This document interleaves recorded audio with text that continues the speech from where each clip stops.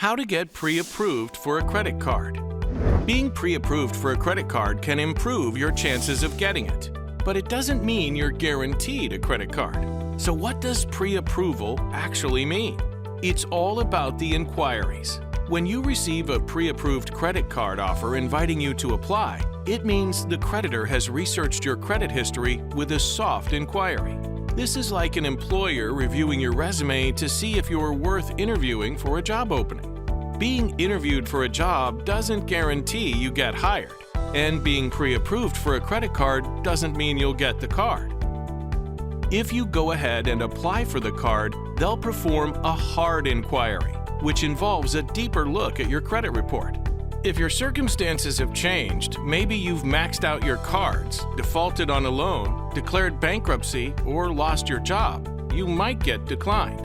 But the bottom line is that you can't get a credit card until you actually apply and your application is approved. How do you go about avoiding hard inquiries? A soft inquiry done by the credit card issuer does not affect your credit score. But when you formally apply, that hard inquiry can lower your score by up to 10 points. Checking to see if you pre-qualify for a card is a soft inquiry, like a pre-approval.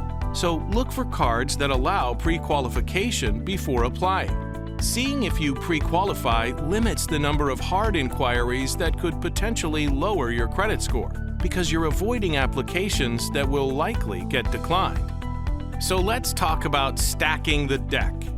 You can increase the probability of receiving pre-approval offers and getting approved by following these tips. The most important is to pay all your bills on time, every time. This proves you're a responsible borrower with a good credit history. Next, maintain a healthy credit utilization ratio, which is the percentage of your available credit that you're actually using.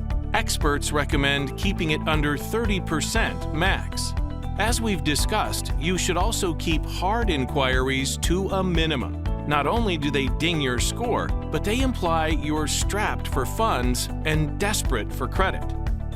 If you do get approved, don't open too many new cards right away, because this affects your credit history by lowering the average age of your accounts.